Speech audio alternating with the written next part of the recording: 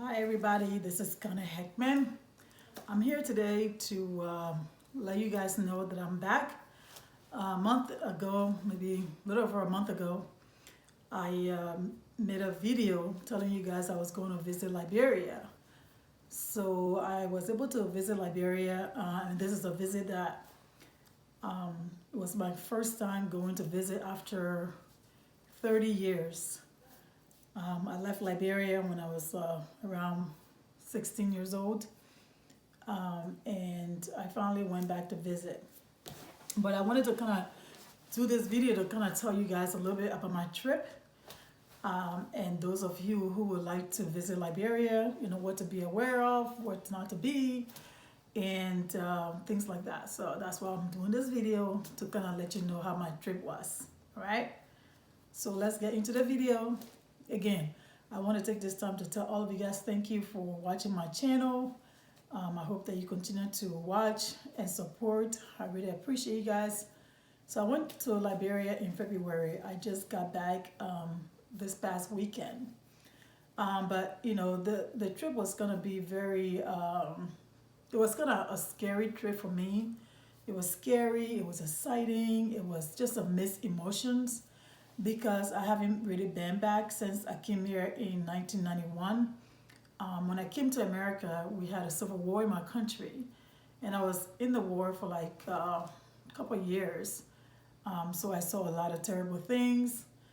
But when I came here as a kid, it was something that, you know, I had nightmares about what I saw in the war for many, many years.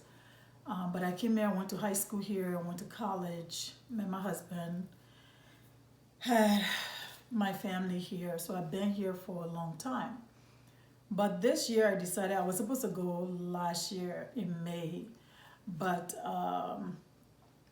the COVID-19 started, so I didn't get to go. So this time I was like, okay, I need to go. And while I've been here over those years, I've lost a lot of family members. Lost my mom, I lost my dad, I lost aunts and uncles, friends, nieces. I've lost brothers, sisters, I've lost a lot of people. So the last one was last year, actually 2019. My niece passed away, very young, she was like 25 years old. And my aunt passed away too. So I kind of felt like I needed to go back and just kind of visit because, you know, you never know, you know, what the future holds. You never know who's gonna die. So I wanted to go back and see specifically my sister. I'm from a family of six. We are six of us, and I'm the baby. And so all my siblings are here, but we have a sister still back home. So I wanted to kind of go back and visit with her, to be able to see her and see all my nieces and nephews and friends. So that's what I did, and it was a fun trip. It was very interesting. All right. So we left from here. We flew to Newark, New Jersey, and then we were able to fly from there to Brussels, which is in Belgium, and then from there we went to Liberia. The whole experience was kind of crazy, you know. Like I said, it was kind of scary, but once we got there, it kind of felt like home, you know. It was kind of nice. I really liked it because I just felt like things were still familiar. I mean, the trees, the grass, the fruit trees, everything was so familiar. The people that I remember when I was there, even my nieces and nephews that I had never met, I was able to meet them. So it was a very interesting trip, and I really enjoyed it. But you know, some of the things that I saw that was very interesting was the fact that a lot of people, you know, don't have much. A lot of them are selling. You know, they wake up in the morning, like 4 o'clock in the morning, just to hustle, just to, you know, get ready for the day. Some of them are selling, some of them are begging, some of them, and because there's not a lot of jobs, so a lot of them are just hustling, which means that they are selling something. They are either selling shoes or clothes or lotion. I mean, anything they can get their hands on to sell, they were selling it. But despite all of that, despite all the hardship, because most of them really want to kind of have the necessity of life, like just to be able to put food on the table and be able to put a roof on their heads and send their kids to school. So most of these people are doing those kind of businesses just to be able to survive, you know. But despite all of that, man, these people were very happy. They seem so content, so like joyful for just being alive. And that's something that we in America we're gonna take for granted because we do have a lot. And yet still we complain about, oh yeah, oh, you know, there's a food I don't want to eat. Like my children, you know, they can look in the refrigerator, there's food there, but because it's not the food they want to eat, they are, you know, stressed because or mad that this is not, you know, the food they want to eat, even though they do have food. But there are a lot of people in Liberia that don't have food to eat, you know. So, but despite all of that, they are just the happiest people I've seen. I know. Even in America, I think we Liberians, we just find a joy in a lot of things. And people that know me know that, hey, I'm very grateful for what I have in this country. I'm very grateful for everything that I've become. And first, I owe that to God first, and then I owe that to America for giving me the chance to make my life better. I would recommend to a lot of Liberians here. I say, you know, we need to go back home because there's a lot of opportunities that we can be able to take advantage of. Not so much advantage, but there is so much opportunity, like business-wise, opportunity to be able to help the people. You know, when I went to Liberia at first, I kind of felt like, I mean, there was like, it felt a little bit hopeless when I see these children in the street begging or these little kids selling bread. I kind of felt like, man, should we give up on these people? But something just told me, it's like, no, we cannot give up. You know, we cannot give up on these people. We got to keep trying to do the best that we can do, you know.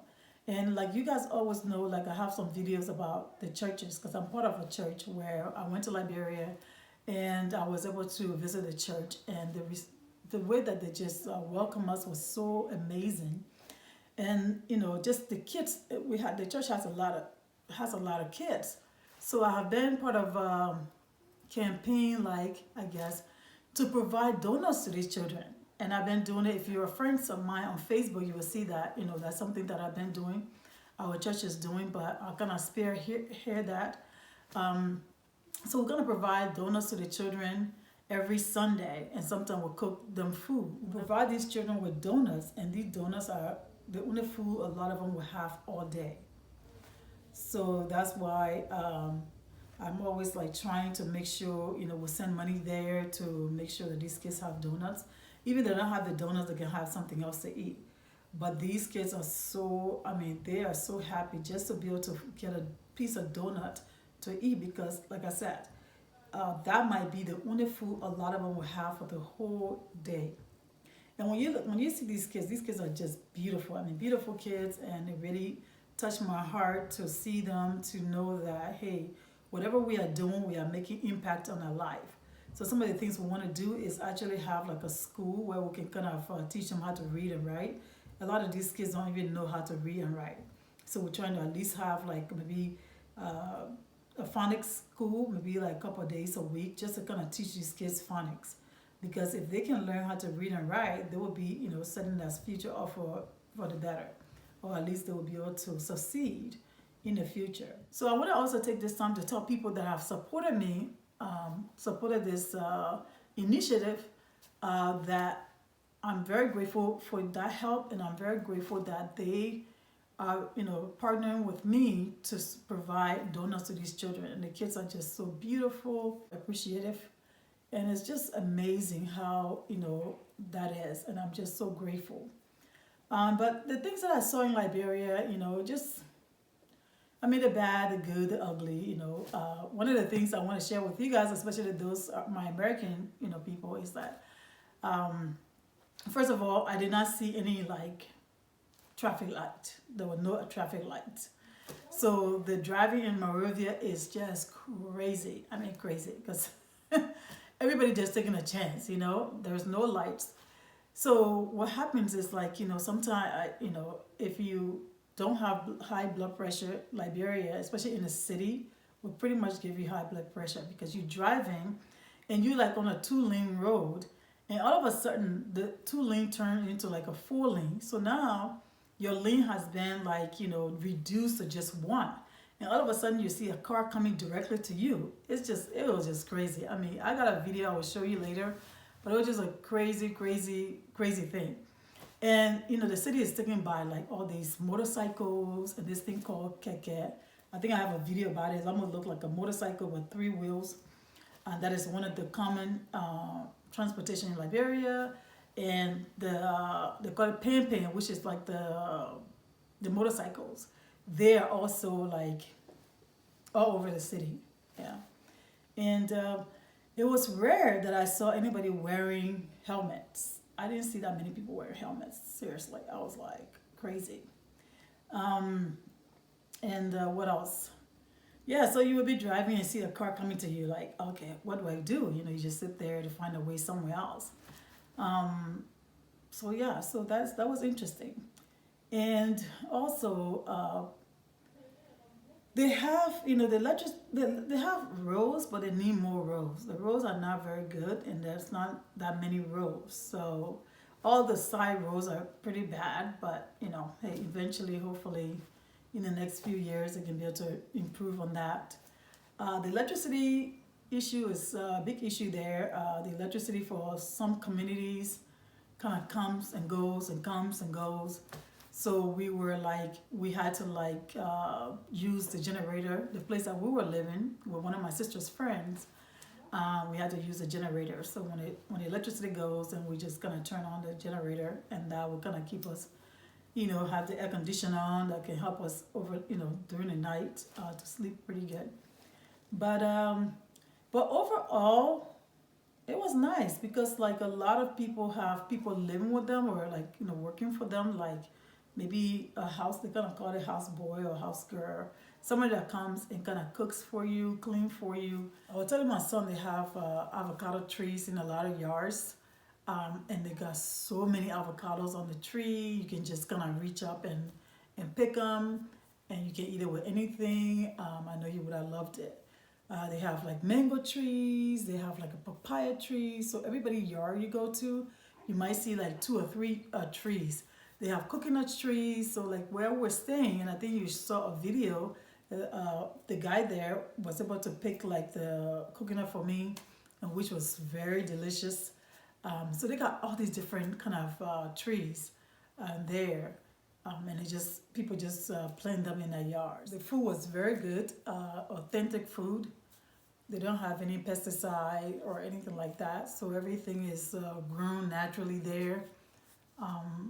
I think the food tastes a lot better. Like we in America would buy the food in the store.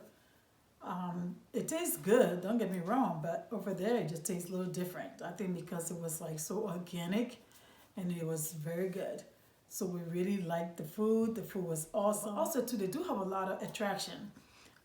We were able to visit a few places. There's a place called Libasa Beach. It's a beautiful beach. I mean, it's like all nature. I think I'm gonna put the video out there too so you can see it. But man, the beach was so beautiful and so nice. I think it was like $10 to go in, and then you can buy your food and drinks. But it was almost like you were in America. I mean, seriously, it was nice. We had a wonderful time, and the beaches are very beautiful. The only thing is in the city, the beaches are not as nice because again, they don't have a lot of toilets, or bathrooms. So sometimes people go on the beaches. So in the city, it's not as nice, but like the beaches that people have, like, deemed to be like a commercial, it's very clean. And Liberia got like some of the most beautiful beaches. And I think we have like some of the higher waves, like the best waves for like people that go like surfing and things like that. So the beaches are very beautiful. So I'm gonna show you guys a video of that, and you can kind of see this place. And they have like a lazy river. They have like pool. They had a lot of people visiting there. So we really had a good time, and the food was awesome. I mean, the food was amazing. So if you do go to Liberia as a Liberian or anybody, visiting Liberia, definitely go to Libasa. I think Libassa. It is a nice place. It's very beautiful, right? What else? Let's see here. What else? We still need like some work on the city because like the city is really dirty. because people just put trash everywhere, which was kind of something that we weren't used to. I was coming from America, but it was something that they just do in the city. So the city wasn't very, very clean. However, I know they're working on it, so hopefully in the next few years they can be able to have like more of a dumpster or things like that where they can kind of pick up the trash and things like that. But overall, the city it wasn't too bad. I mean, after 15 years of war, nothing major have really changed. I mean, some things have changed, but the city still look like it still needs a lot of help than the way it was before the war. It was kind of an expensive trip for us because we had to pay for COVID from here. We had to pay for COVID here. I think we paid like $140 or $135. And then once we got to Liberia, we had to do another COVID test, which was like $75. And then coming back again, we had to do another COVID test, which is another $75. So it's kind of expensive trip with COVID. But then you still got to buy your tickets. You still got to take a malaria shot, which is like $300. But the trip was a little bit expensive because of all the COVID things and things like that. So it was kind of expensive. But once you get there, the prices are not too bad for somebody coming from America there. But the people that live there is kind of expensive for, certain things are kind of expensive. But overall, it wasn't too bad, especially when you come from here, you have a little money. You can pretty much live a good life there. I mean, seriously, you can live a really good life in Liberia. The biggest thing is you have to make sure you have your house built. You have to make sure you have like a generator. You have to make sure you have like water. But the most thing you need to make sure too, you have transportation. Once you have those few things, you can really live a good life because the transportation in Liberia is a major issue. If you don't have transportation, it's gonna be tough to get around because you have to share like the taxi with other people, and then the traffic is so much in the city that it's kind of nice to just be away from the city. Once you're away from the city, it's not too bad. But in the city, it's just so congested because there's so many people in one city, in the capital city, which is Monrovia. So it's kind of like just tough to kind of navigate the city because the traffic is just too much. But once you leave the city, man, it is nice. It is so nice. It was so relaxing and just the breeze was so nice, and they have so much of trees and greenery. Like there's just like a lot of forest areas, and it was very, very relaxing. They have like some nice houses there too, but the issue is because of security reasons.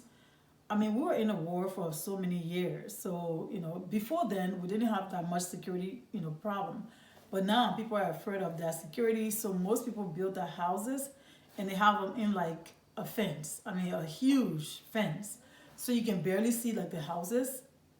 So that was kind of a little frustrating to me trying to take pictures because these beautiful houses are behind these fence. However, they do have a lot of houses that are just like, not so beautiful because again, probably, I don't know the statistic, but probably 90% of Liberians, can't really afford a nice house or a nice car or, because there's not much jobs. Most of the jobs there are like government jobs, and normally it's about who you know or who knows you. So that's kind of frustrating, but the people are still trying to make it. So I will show you guys some pictures of some of the houses I was able to take pictures of. And like I said, they do have some very nice houses, but they're all behind huge fences. So that was kind of a little bit disappointing, but you can't blame these people. Also too, what I saw was like a lot of Liberians are like building their houses. Right now, it's very important for people to buy lands and build houses because most of them, I think a lot of Liberians are trying to maybe either retire and just go home or like just have a home where they can visit and come back. So you see a lot of Liberians building a lot of houses, and a lot of lands closer to the city are being bought by most Liberians. So any Liberians listening to me, I would recommend to you buy your land now. It's going to be very difficult in the future, maybe 2 or 3 years from now, to find lands close to the city. So that's it. And also to also let Liberians know that hey, we have to go back to our country and be able to develop our country in whatever way we can, business wise or education wise. I think each of us have something that we can give back to the country. As much as I'm very grateful to America for giving me the opportunity to come here and go to school, get educated, get jobs, be what I wanted to be. However, we need to go back to our country to be able to give back. I'm not saying move to to Liberia or I'm just saying that hey, if you can go visit, there's something you can do for that country. If you can send food, water, I mean maybe not water, but yeah, they're still working on the water system. But if you can send like clothes, I went to my village to give clothes to the kids there. I mean there was such a great need that I need to be able to continue to give them clothes and things like that. But one of the major things I think we need to do as a American Liberian or Liberian American is that we need to try to educate our people, to help our people learn how to fish. Not always just give them the fish, but to help them learn how to fish. And that's something that my church is trying to do, to start like a vocational school to teach these ladies how to bake or whatever we can teach them how to make, and be able to empower them to be able to start a business that they can be able to sustain themselves and their families. So anyway, again, I wanted to do this video to just kind of give you guys a overall view. But Liberia is not a bad country. It's a very beautiful country. It's a small country, but the bad thing is it's just like you have most of the population in one city. The whole country is kind of empty because there's not much there. So if all of us go back and try to start something, hey, at least we can be able to educate these people. We can be able to employ them. Because if let's say for example, I go back and I'm trying to build a house, I'm going to have to hire Liberians to do my work, and that in turn give them jobs, help them, get an income to support their families. So, but anyways, I say thank you so much again for watching my channel. I got a lot more videos I'm going to put out there, but I wanted to kind of do this video to kind of let you guys know I was back. And to kind of tell you guys a little bit about my trip, and it was very fun. I enjoyed it. It's a very, if you have money in Liberia, you can live a very good life, stress-free. Yeah, it was nice, and the weather was awesome. I mean, I think it was like 80, 85, 90. Sometimes it was hot, but the breeze is so nice that you kind of like, wow. Because once you go under like a shade or something, the breeze is amazing. So Liberia is, again, if you know a little bit of Liberia, we have two seasons. We got the rainy season and the dry season. So pretty much that's all we have. And so it's like a tropical weather, and it's a beautiful, the weather right now is nice, and it's a beautiful country. We have so many resources there. We just need to make sure that, hey, that resources is used to, to help the people there. And, all of this, I just also ask all of us that, all the Christians and other, whatever you are, but to just pray for our country, just pray for our country that God will send us leaders that will be for the people, just because the people, they're not asking for $1 million. They just want the necessity of life, just to put food on their family's table, roof on their heads, send their kids to school, and they are hardworking people. I mean, that's something that I saw while I was there. They are very hardworking. But they just need the opportunity to be able to, show what they can do, to help them, live their life. Overall, it was a great, great trip. I loved it. I enjoyed it. It was nice seeing my family again. It was nice spending time in my country.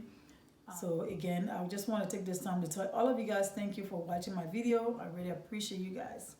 If you are new to this channel, please subscribe and like, comment, and we really appreciate all your support. Thank you, and I'll see you in my next video. And again, I'm going to try to upload some more videos, so hope you can follow me. All right, thank you, and God bless, and I'll see you guys later. Bye bye.